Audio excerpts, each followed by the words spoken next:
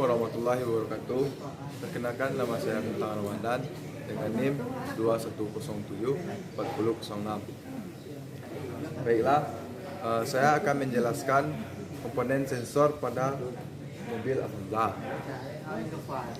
Untuk melengkapi ujian akhir semester mata kuliah sensor dan transducer.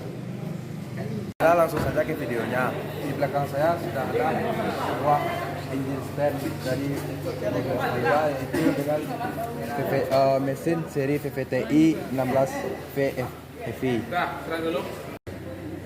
Baiklah, yang pertama ada MAP atau Manifold Absolute Pressure. MAP berfungsi mendeteksi tekanan intake manifold dengan menggunakan unit sensor yang menyatu. Cara kerjanya yaitu sensor tekanan absolut manifold memonitor tekanan absolut di dalam intake manifold, sehingga ECM dapat mengontrol rasio udara bahan bakar pada level yang pantas dalam berbagai kondisi pengendaraan. Komponen selanjutnya yaitu IAT atau Intake Air Temperature. Sensor temperatur udara atau IAT yang mendeteksi IAT ditempatkan pada bagian depan saringan udara. Cara kerjanya yaitu termistor yang dibuat menyatu dalam sensor dan mengubah tahanan sesuai dengan IAT. Pada saat temperatur udara intake rendah, tahanan termistor bertambah pada saat temperatur udara intake tinggi. Tahanan termistor berkurang pada saat tahanan sensor IAT berubah sesuai dengan perubahan IAT. Komponen selanjutnya yaitu ada ECT. ECT berfungsi mengubah tahanan sesuai dengan temperatur cairan pendingin mesin. Cara kerja yaitu pada saat temperatur cairan pendingin rendah, tahanan termistor bertambah. Pada saat temperaturnya tinggi, tahanannya berkurang. Sensor temperatur cairan pendingin mesin dihubungkan ke ECM pada saat besarnya tahanan berubah sesuai dengan temperatur cairan pendingin mesin. Voltase pada terminal THW juga berubah. ECM mengatur volume injeksi berdasarkan sinyal ini untuk memperbaiki kemampuan pengendaraan saat pengendaraan pada temperatur mesin normal. Komponen selanjutnya yaitu sensor TPS atau Throttle Position Sensor. Fungsi TPS yaitu untuk mendeteksi sudut buka throttle valve. Cara kerjanya, pada saat throttle valve tertutup penuh, voltasenya mendekati 0,4 sampai 0,9 volt yang diberikan pada tombol VTH dari ECM. Voltase yang diberikan ke terminal VTH dari ECM bertambah secara proporsional sesuai dengan sudut buta throttle valve dan mencapai sekitar 3,2 sampai 4,9 volt ketika throttle valve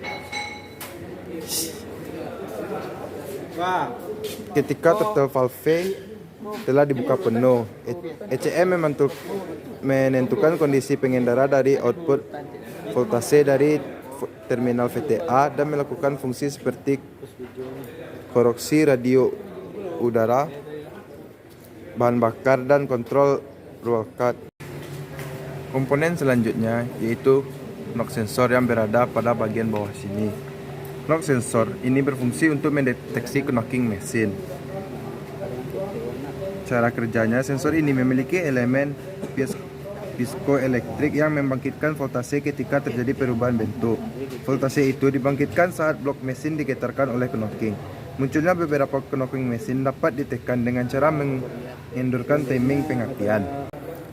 Komponen selanjutnya yaitu ada CKP. Fungsi CKP yaitu sensor ini membangkitkan sinyal dan mengirimkan ke ECM untuk mendeteksi sudut crankshaft dan putaran mesin. Cara kerja CKP yaitu sensor posisi crankshaft atau sinyal ini terdiri dari magnet, inti besi, dan pickup coil.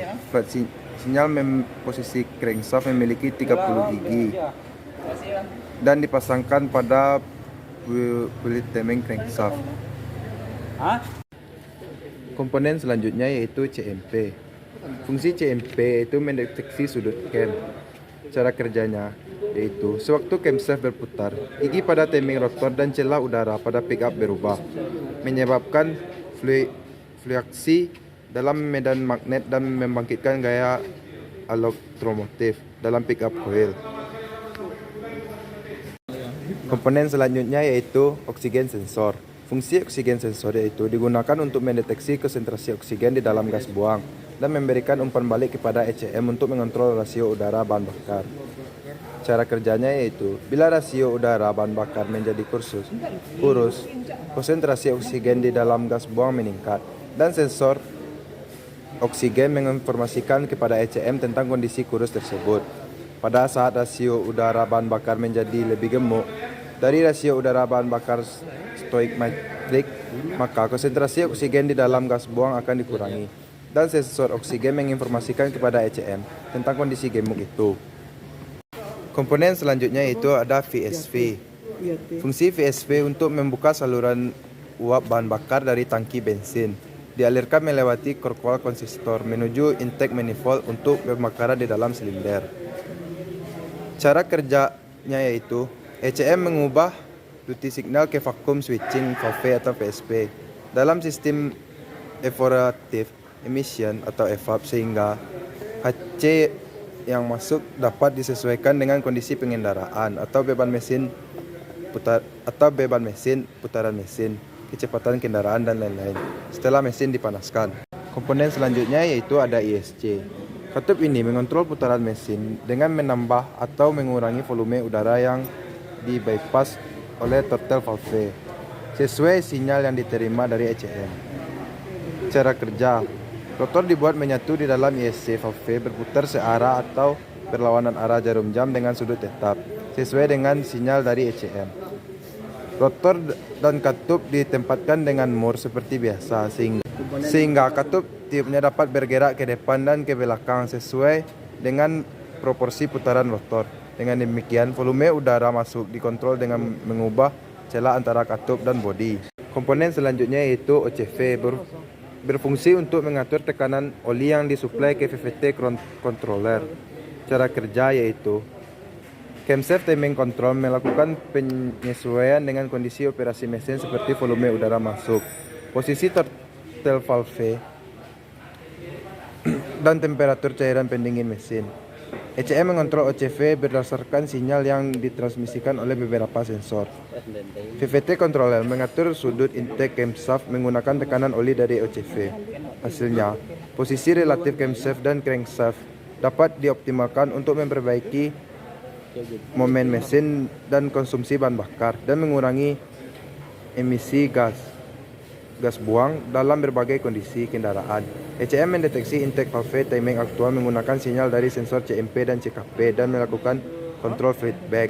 Komponen selanjutnya yaitu ada power steering sensor yang berfungsi untuk mendeteksi putaran power steering. Komponen selanjutnya yaitu coil. Fungsi coil yaitu di dalam ignitor yang bertugas men-switcher on-off arus primary coil. Cara kerjanya yaitu satu busi dihubungkan ke ujung kumparan sekunder. Tegangan tinggi dibangkitkan dalam kumparan sekunder dan digunakan secara langsung ke busi. Loncatan bunga api dari busi melewati elektroda tengah menuju elektroda massa. ECM menentukan timing pengapian dan meneruskan sinyal pengapian ke setiap silinder. Menggunakan signal pengapian ini, ECM membuat on dan off power. Transistor yang terdapat di dalam ignitor pada saat arus ke primary coil diputus dibangkitkan tegangan tinggi dalam secondary coil dan voltase in digunakan busi untuk membuat bunga api di dalam silinder. Komponen selanjutnya yaitu injektor. Fungsi injektor yaitu menginjeksikan bahan bakar ke silinder. Cara kerja injektor yaitu injektor bahan bakar ditempatkan pada intake manifold. Injektor tersebut menginjeksikan bahan bakar ke dalam silinder sesuai dengan sinyal dari ECM. Komponen selanjutnya yaitu ada pompa bahan bakar. Fungsi pompa bahan bakar yaitu untuk memompa bahan bakar kendaraan dari tangki menuju mesin. Cara kerjanya yaitu pada saat mesin diputar, aliran arus dari ST2 switch pengapian ke terminal STA pada ECM atau sinyal STA. Pada saat sinyal STA, N1 dan N2 menjadi input ke ECM. Transistor T2 menjadi on. Arus mengalir ke coil pada relay full pump. Switch relay menjadi on dan arus mengalir ke pompa bahan bakar. Komponen selanjutnya yaitu ada VSS. Fungsi VSS yaitu untuk menentukan kecepatan kendaraan. Cara kerja: setiap kali berputar dari putaran speedometer akan memutar switch ke on dan off 4 kali, dan sinyal on atau off ini diteruskan ke ECM. ECM menentukan kecepatan kendaraan sesuai dengan frekuensi sinyal pulsa ini. Komponen selanjutnya yaitu ada switch AC. Memonitor kondisi AC. Fungsinya yaitu memonitor kondisi AC dan sensor posisi throttle. Cara kerjanya yaitu ECM memonitor kondisi air conditioner dan sensor posisi throttle yang menyebabkan naiknya putaran idling mesin yang kemudian menaikkan bahan mesin. ECM memonitor sinyal dari semua itu untuk menentukan apakah bekerja secara normal atau tidak. Kali ini saya akan menjelaskan cara bagaimana menggunakan alat scanner untuk sistem EV, atau biasanya digunakan untuk memeriksa bagaimana kondisi komponen-komponen EV pada mesin injeksi. Mesin yang digunakan saat ini yaitu mesin dengan kode 1TRFE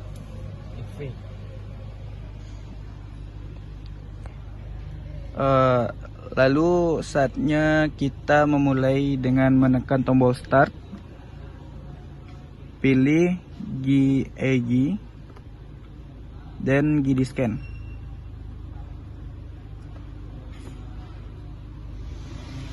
Lalu kita tekan tombol start. Pilih logo pabrikannya. Kali ini kita memakai Toyota Innova, berarti dengan merek Toyota. Tekan lagi ini. Lalu tekan OK.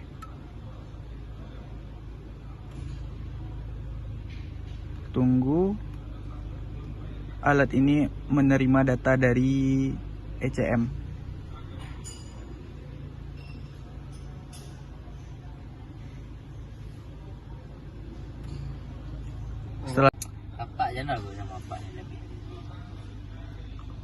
Setelah ini ada menu untuk memilih kode mesin atau kode beberapa part sistem injeksi pada mesin mobil. Pada Innova kita tekan 16 pin DLC, kita pilih Japan area, tekan.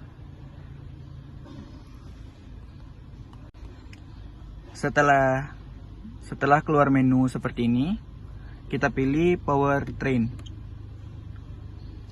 Kita pilih powertrain all system.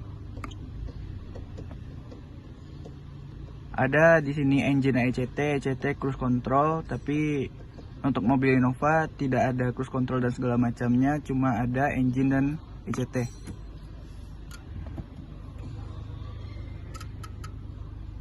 Kita tunggu beberapa saat. Setelah loading data, keluarlah sistem ID tersebut. Sistem ID ini perlu dihafal atau tidak, kita tekan OK saja. Lalu tunggu lagi beberapa saat.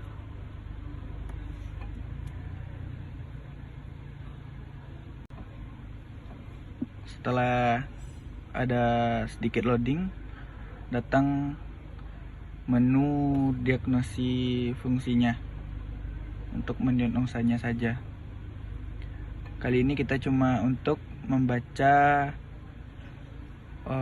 datanya saja, tidak untuk menghilangkan data-data kesalahan dari sistem EV-nya. Kita tekan read current data. Kita pilih engine control. Kita pilih saja manual select biar tidak semuanya terpilih. Pilih fuel system status, calculated load, coolant temperature, engine speed,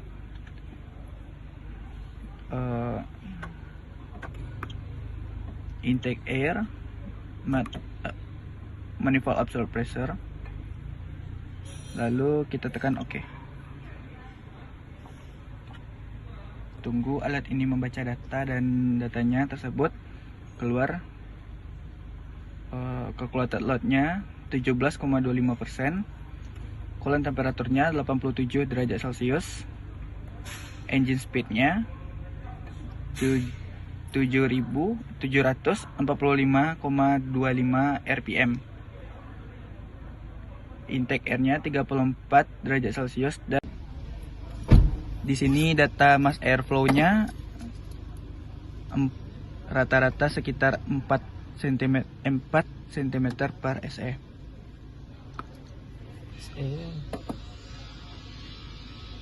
Lalu kita tekan back. Setelah semua data terbaca, berarti kita sudah mengetahui apa-apa saja dan bagaimana sistem ini bekerja dan status-status pada komponen-komponen tersebut. Di sini pada mobil ini statusnya terlihat baik. Lalu kita kembalikan saja. Tekan back semuanya.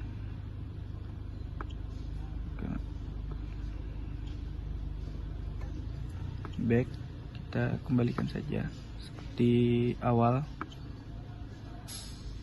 Dan relicate, kita tekan yes. Tekan back. Dan kita tekan quit. Baik, begitu cara menggunakan alat scanner tool untuk melihat kondisi pada sistem EV mobil tersebut. Baik, terima kasih. Sekian video yang dapat saya buat. Terima kasih. Assalamualaikum warahmatullahi wabarakatuh.